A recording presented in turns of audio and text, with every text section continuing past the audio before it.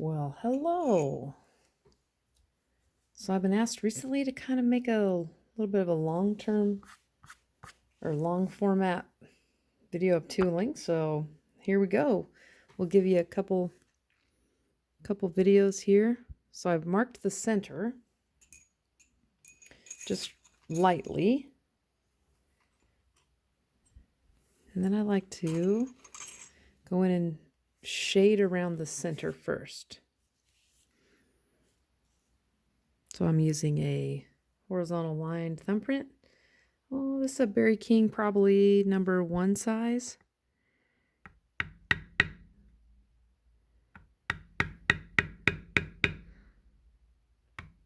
So I'm just getting in close to my center. And try to get a little depth and color there. A little bit lighter on the edges of the petal.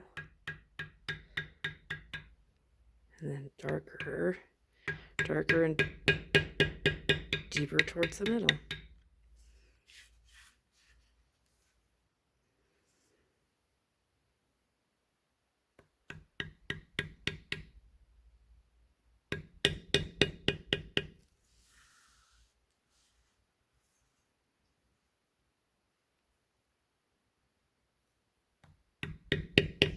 It's not much to that petal coming in. It's just a little guy.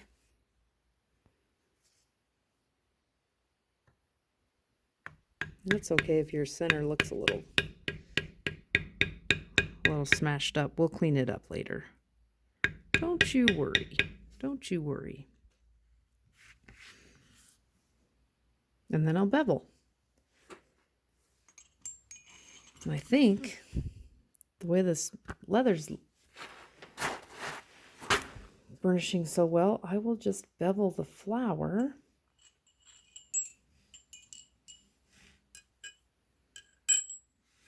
And then shade it real quick because that is some nice color.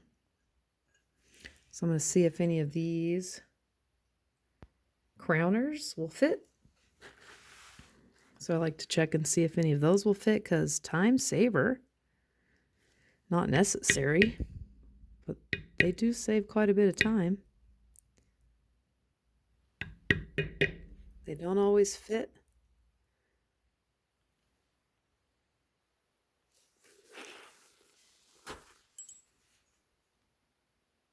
Let's see, can you see that? Yeah, that one doesn't fit very good. So I've got a smaller one we can come back to.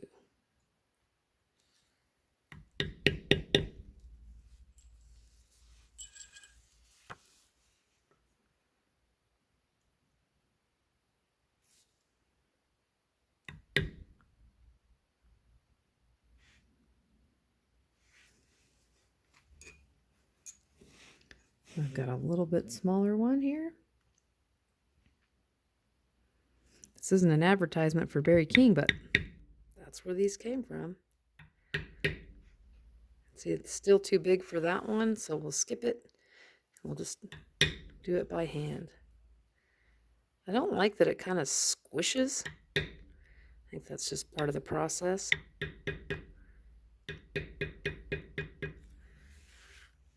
But in the end, it looks nice. Turns out good.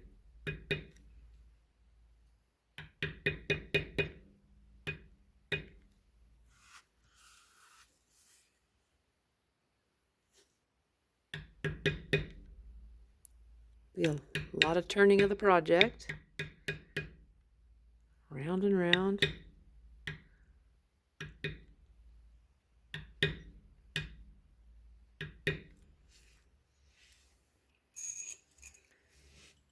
And then I'll grab, this is the smallest steep beveler I have from Berry King.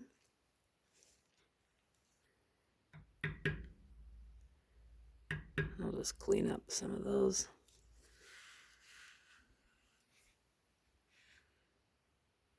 Let's see. I like to try to do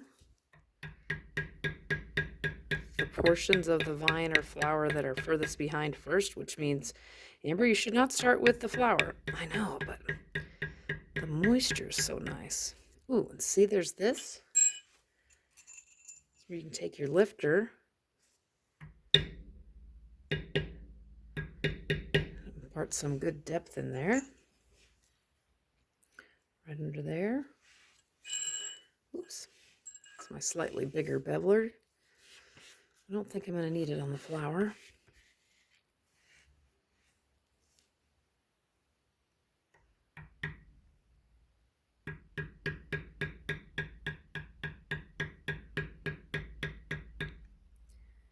I'll just ease the beveler around, little baby steps.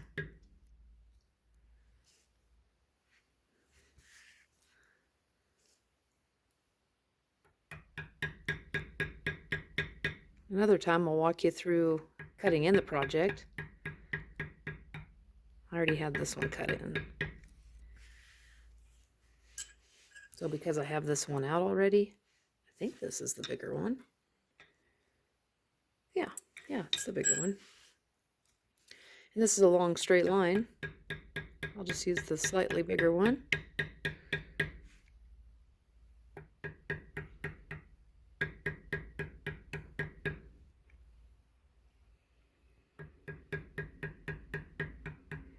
Ease up on depth here.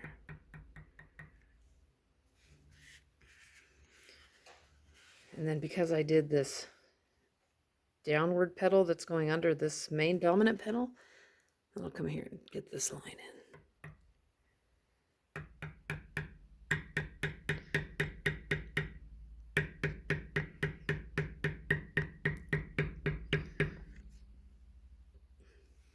It's just like that. And that one I already crowned. So we'll get this line.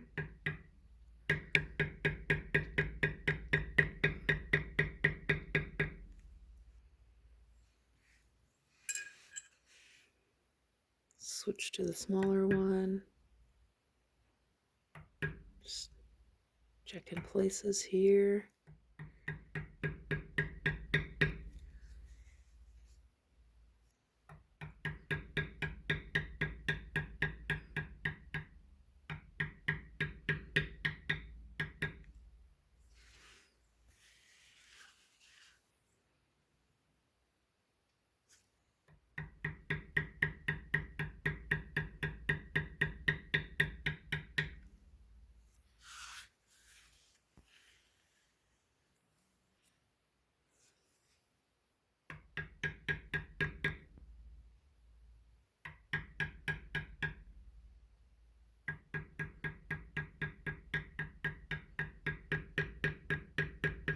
Every time I do one of these flowers, I think, oh, you shouldn't cut those scallops so small, but you know, they look good though in the end.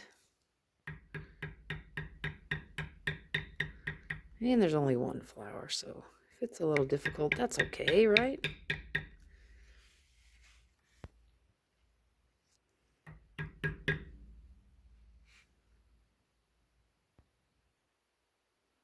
Make sure you get in your cut.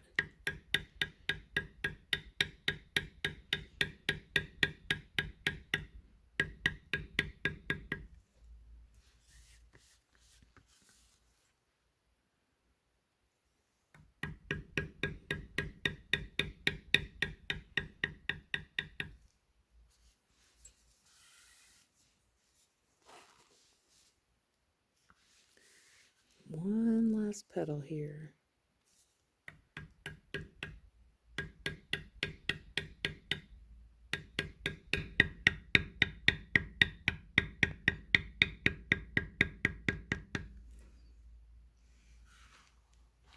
And our flower is all beveled in, and that flower center looks terrible, but it'll look better later. Don't you worry. Don't you worry. So we'll go back to our horizontal thumbprint and try to get some shadow on here.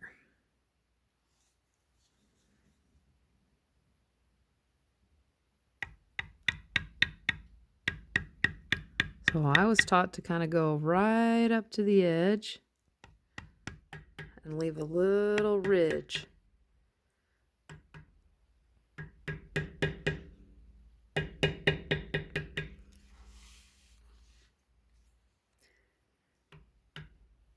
And I don't do these petals in a specific order. I just kind of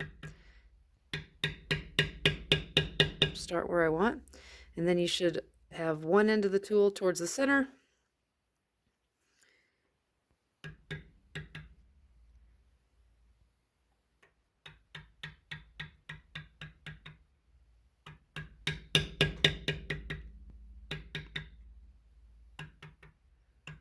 Sort of fade it over.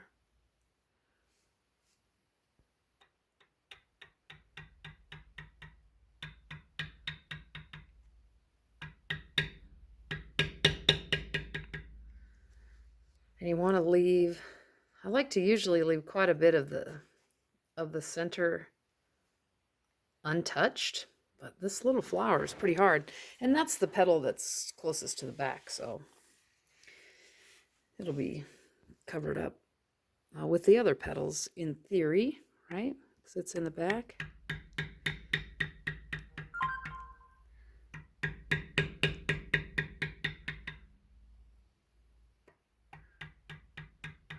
Little ridge, fade into heavy, kind of walk it towards the center.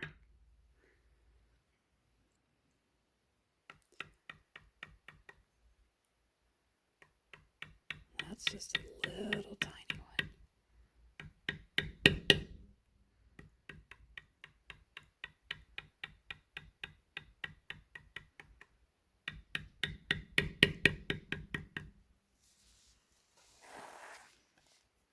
We'll just keep working around here.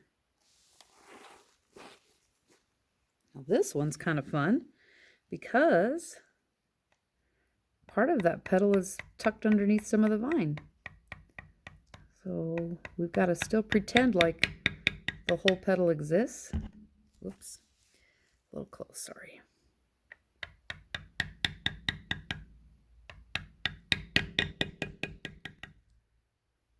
So I would assume scallop, scallop, scallop, probably 4, maybe 5. This one only has 4, so maybe this one only has 4.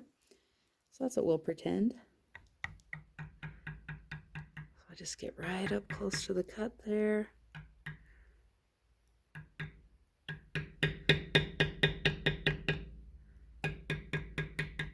Try to fade that in towards the center.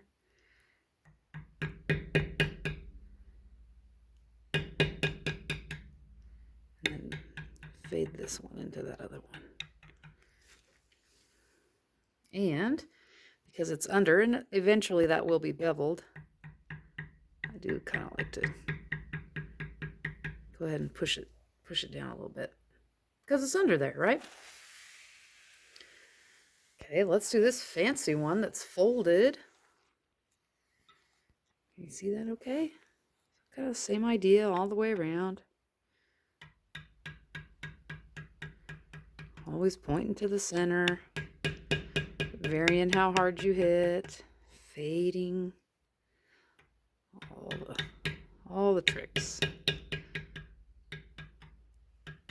I think if you're die-hard Sheridan, you don't do so much fading, but I think it's more realistic when you kind of fade them in.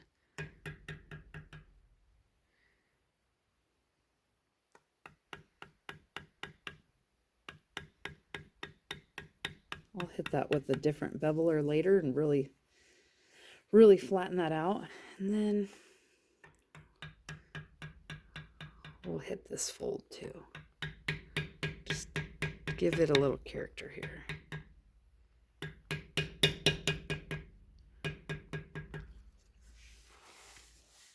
Okay. And then the main petal, the dominant one.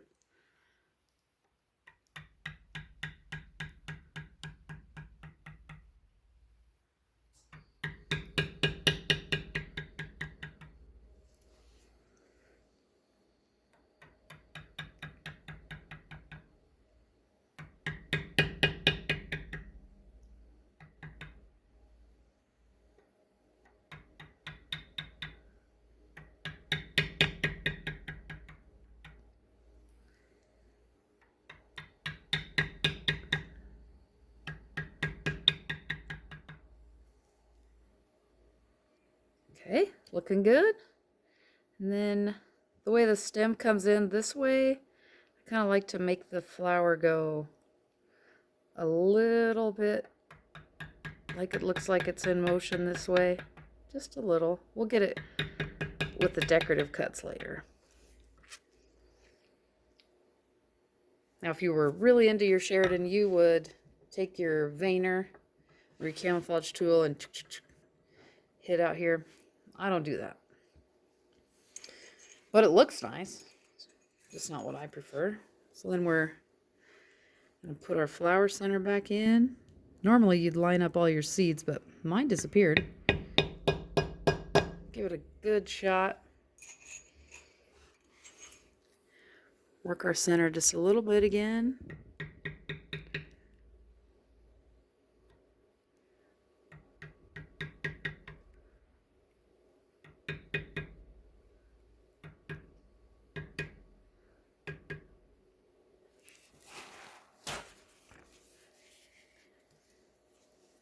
Oh, I did not.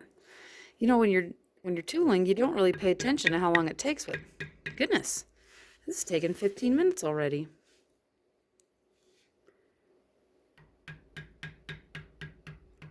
Guess you can't rush a good thing, maybe, huh? So that's how I would bevel and shade a flower.